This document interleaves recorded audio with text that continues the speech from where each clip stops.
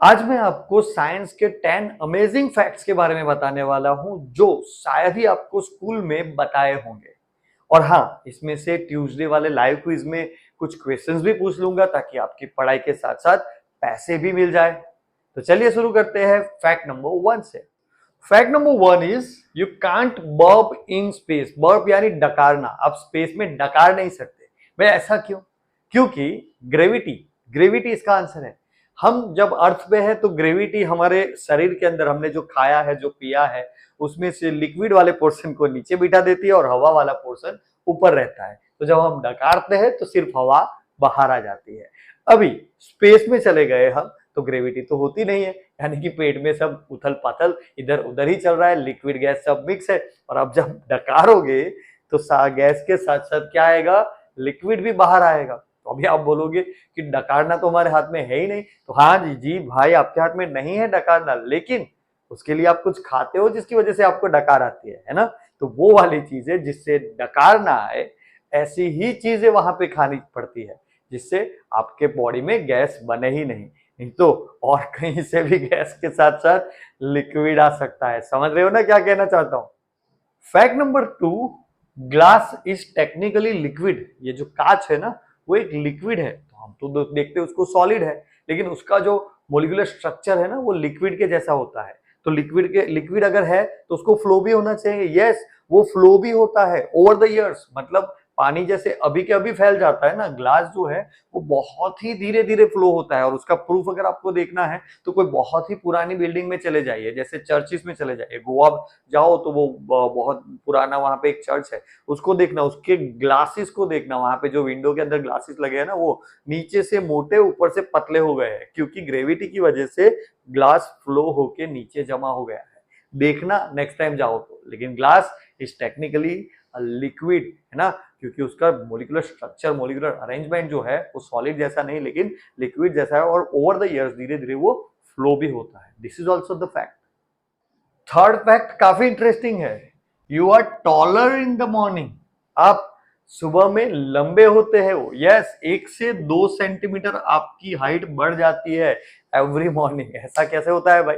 तो आप जब सोते हो, यानी कि आप जब सब सो जाते हैं, तब हमारी स्पाइनल के बीच में जो डिस्क, जिसको हम देसी भाषा में गादी भी बोलते हैं, मणके के बीच में गादी, या फिर ऐसा बोल सकते हैं कि डिस्क जो है उसको रिहाइड्रेशन मिल जाता है। मतलब दे रिहाइड्रेट, उसमें पानी ऐड होता है। जब हम सोते हैं तब वो रिहाइड्रेट होती है, अपना पानी जो है वो एब्जॉर्ब करती है, और एब्जॉर्ब करने की वजह से वो कंप्लीटली फूल जाती है अच्छे से। ओके, जिसकी वजह से अपनी हाइट जो है, ऑब्वियसली स्पाइन के बीच में गादी जो है अगर वो फूल गई तो हमारी हाइट बढ़ जाएगी, सारी गादी फूल जाएगी। ये नेचुरल प्रोसीजर है। गादी का फूल के बाहर आ जाना, न उसके ऊपर प्रेशर डालना, दैट इज द एबनॉर्मलिटीज। ये नॉर्मल बंदों की बात कर रहा हूं मैं। हम जब रेगुलरली सोते हैं तो सोने के टाइम पे ये जो डिस्क्स है, ओके, वो रिहाइड्रेट होके एक्सपांड हो जाती है, जिसकी वजह से हमारी हाइट जो है 1-2 सेंटीमीटर जितनी बढ़ जाती है। फिर दिन के दौरान जब हम चलते रहते हैं, खड़े रहते हैं, बैठे रहते हैं, तो वो धीरे धीरे ग्रेविटी की वजह से दब के फिर से छोटी हो जाती है। तो हमारी हाइट अगर मॉर्निंग में मेजर करोगे तो 1-2 सेंटीमीटर जितनी ज्यादा देखने को मिल सकती है। Yes, this is true. Fourth fact, life long effort of 12 bee is equal to teaspoon of honey. आप जानते ही हो कि हनी बीज जो है वो हनी क्रिएट करने के लिए पूरी अपनी जिंदगी बिता देती है एक फूल से दूसरे फूल तक जाने में। ओके, और 4000 फ्लावर से नेक्टर लेना पड़ता है। 4000 फ्लावर से नेक्टर लेना पड़ता है 1 टीस्पून ऑफ हनी बनाने के लिए। और ये 4000 फ्लावर तक जाके 1 टीस्पून हनी बनाने के लिए टोटल पूरी जिंदगी का काम लग जाता है, टोटल 12 बीज का। बहुत ही मेहनत का काम है, और बहुत ही मेहनत से ये लोग ये काम करते रहते हैं अपनी पूरी जिंदगी। ये भी एक फैक्ट है। Next fact, fact number 5, you can't talk in space. Space में आप बात नहीं कर सकते। क्यों भाई, मुंह पे पट्टी लग जाती है? नहीं, हम जिससे बात करते हैं वो है साउंड। और साउंड को पास होने के लिए चाहिए मीडियम। मीडियम कुछ भी हो सकता है, air, it can be liquid और इट कैन बी सॉलिड, लेकिन मीडियम चाहिए। स्पेस में there is no waves, there are no waves, कोई वेव नहीं है, कोई मीडियम नहीं है, तो फिर साउंड पास ही नहीं हो पाएगा, इसलिए हम बात नहीं कर पाएंगे। यानी हम बोलेंगे जरूर लेकिन आवाज बाहर नहीं निकलेगी। ये जो हॉलीवुड की मूवीज में दिखाते हैं ना, स्पेस के अंदर, एवेंजर्स में देखा होगा आपने, स्पेस में एक्सप्लोजन हुआ, धड़ाम करके आवाज आया लेकिन प्रैक्टिकली स्पेस में एक्सप्लोजन होते हैं लेकिन उसकी कोई आवाज नहीं होती। हॉलीवुड वाले अपने ऊपर से आवाज डाल के अपने को सुना देते, अपने मजा आ जाता है, लेकिन स्पेस में कोई आवाज नहीं होती। It is complete 100% silence there, because there is no sound at all.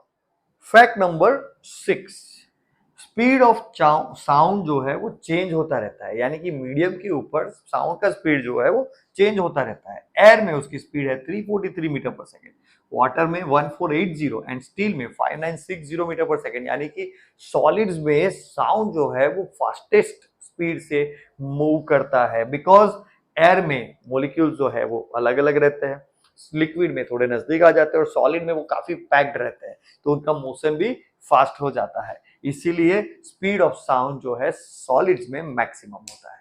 Okay, fact number 7 थोड़ा अजीब है, लेकिन बनानास जो है वो रेडियो एक्टिव है।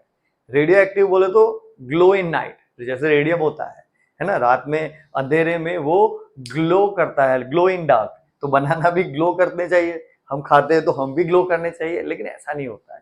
बनाना के अंदर एक पोटेशियम 40 करके आइसोटोप होता है, पोटेशियम का isotope, it is called potassium 40, जो एक रेडियो एक्टिव एलिमेंट है। तो वो रेडियो एक्टिव है, इसलिए बनाना ऑब्वियसली जिसके अंदर है वो भी एक रेडियो एक्टिव एलिमेंट हुआ, लेकिन बहुत ही कम मात्रा में होता है तो चल जाता है। हमारा पेट जो है डार्क में ग्लो नहीं करता है बनाना खाने के बाद, ना ही बनाना ग्लो करता है। ओके, लेकिन banana is radioactive technically. Fact number 8, lightning is hotter than sun. Lightning यानी बिजली जो है वो सन से भी ज्यादा हॉट है। लाइटनिंग का टेम्परेचर 30,000 केल्विन और सन का टेम्परेचर, सन सरफेस का टेम्परेचर 6,000 केल्विन, काफी ज्यादा गर्म है वे ये तो। यानी कि अगर आपके ऊपर बिजली गिरी तो आपके ऊपर सन गिरने से भी ज्यादा नुकसान हो जाएगा। अभी सन गिरे चाहे बिजली गिरे आप तो मर ही जाओगे, ज्यादा नुकसान क्या होता है उसमें, है ना। लेकिन ये जो है that is purely discharge of electrons, मतलब लाइटनिंग में बहुत सारी इलेक्ट्रिसिटी डिस्चार्ज होती है, जिसकी वजह से इंस्टेंटली एयर जो है वो एक्सप्लोड हो जाती है, फूट जाती है। ऐसे बोलते हैं ना अपन, आग लगा दिया, आग लगा दिया, वैसे यस, बिजली जो है वो आग लगा देती है हवा में भी, जो एक्चुअली बर्न नहीं हो सकता, लेकिन उसको भी बर्न कर देती है बिजली। तो इतनी ज्यादा हीटेड होती है बिजली अपनी। Next fact number 9, water can boil, freeze and be liquid at the same time, मतलब पानी जो है वो वेपर में भी, लिक्विड यानी कि वाटर के नॉर्मल फॉर्म में भी, और फ्रीज यानी कि बर्फ भी बन सकता है एट द सेम टाइम पे, एक ही टाइम पे। यानी कि ऐसा नहीं बोल रहा हूँ एक टाइम पे यानी कि एक बर्फ ला के रख दिया, एक वेपर और एक पानी, नहीं, वो ही एक टेम्परेचर का और प्रेशर का एक कुछ वैल्यू है जिसके ऊपर तीनों चीज, मतलब अगर वो लिक्विड है तो लिक्विड रहेगा, फ्रीज बर्फ है तो बर्फ रहेगा, और बॉयल है तो बॉयल ही रहेगा, and that point is called triple point. ये मुझे पता है मैं अच्छे से नहीं समझा रहा हूं, लेकिन ये बहुत ही बड़ा टॉपिक है। Triple point, understanding the triple point. Triple point is a point where the values of temperature and pressure at which the water can be uh, ice, it can be solid, liquid and gaseous phase simultaneously, एक ही time पे एक ही साथ वो तीनों phase में हो सके, ऐसे पॉइंट को क्या बोलते हैं, ट्रिपल पॉइंट। बहुत ही बड़ा टॉपिक है, मैं डिटेल में उसको समझाऊंगा, लेकिन अभी समझ लो कि ट्रिपल पॉइंट एक ऐसा टेक्निकल टर्म है जो प्रैक्टिकली हर एक जगह पे नहीं, लेकिन नासा ने कुछ पर्टिकुलर चैम्बर्स के अंदर ये किया हुआ है, और ये प्रैक्टिकल आप और भी वीडियोस में अगर ट्रिपल पॉइंट लिखोगे तो शायद आपको देखने को भी मिल जाए ये वाला प्रैक्टिकल, लेकिन triple point is a point जहां पे ये हो सकता है। लास्ट फैक्ट लेकिन interesting fact, that is sharks existed before trees. Yes, trees नहीं थे तब भी शार्क्स थी। शार्क्स दरिया में तैर रही थी जब ट्री पहला फॉरेस्ट बना, उससे पहले, यानी कि ट्रीज का हमने फ्यूचर हिस्ट्री निकाला है, तो उनका जो एग्जिस्टेंस है that is before, approximately before 350 million years, जबकि शार्क जो है 400 मिलियन ईयर्स से भी ज्यादा से है यहाँ पे, यानी कि 50 मिलियन साल पहले जब पहला फॉरेस्ट बना, उससे 50 मिलियन साल पहले शार्क्स ऑलरेडी थी। तो हम बोल सकते हैं कि शार्क्स तो काफी लंबे टाइम से जी रही है। हाँ, बदलाव जरूर आए हैं, लेकिन वो बहुत ही लंबे टाइम से अर्थ पे है, हम तो कुछ नहीं है उनके सामने। तो ये थे आज के वीडियो के 10 इंटरेस्टिंग अमेजिंग फैक्ट्स, और इसी वीडियो में से शायद मैं क्वेश्चंस भी पूछूंगा ट्यूसडे के लाइव क्वेश्चन के अंदर, जहां पे आप सच में पैसे जीतोगे ट्यूसडे ₹500 क्विज। चैनल में सब्सक्राइब कर लीजिए क्योंकि ये क्विज जो है हर मंगलवार को होता है। ओके, तो अगर ये अच्छे लगे हो तो प्लीज चैनल को लाइक कर दो, सब्सक्राइब कर दो, और हाँ, मंगलवार के लाइव क्विज में ज्वाइन जरूर करना, क्योंकि वहां पे इसमें से मैं क्वेश्चन पूछूंगा जिसका आंसर करके आपको पैसे मिलेंगे भाई, रियल वाले पैसे। हर हफ्ते होता है ये। चलिए मिलते हैं मंगलवार को।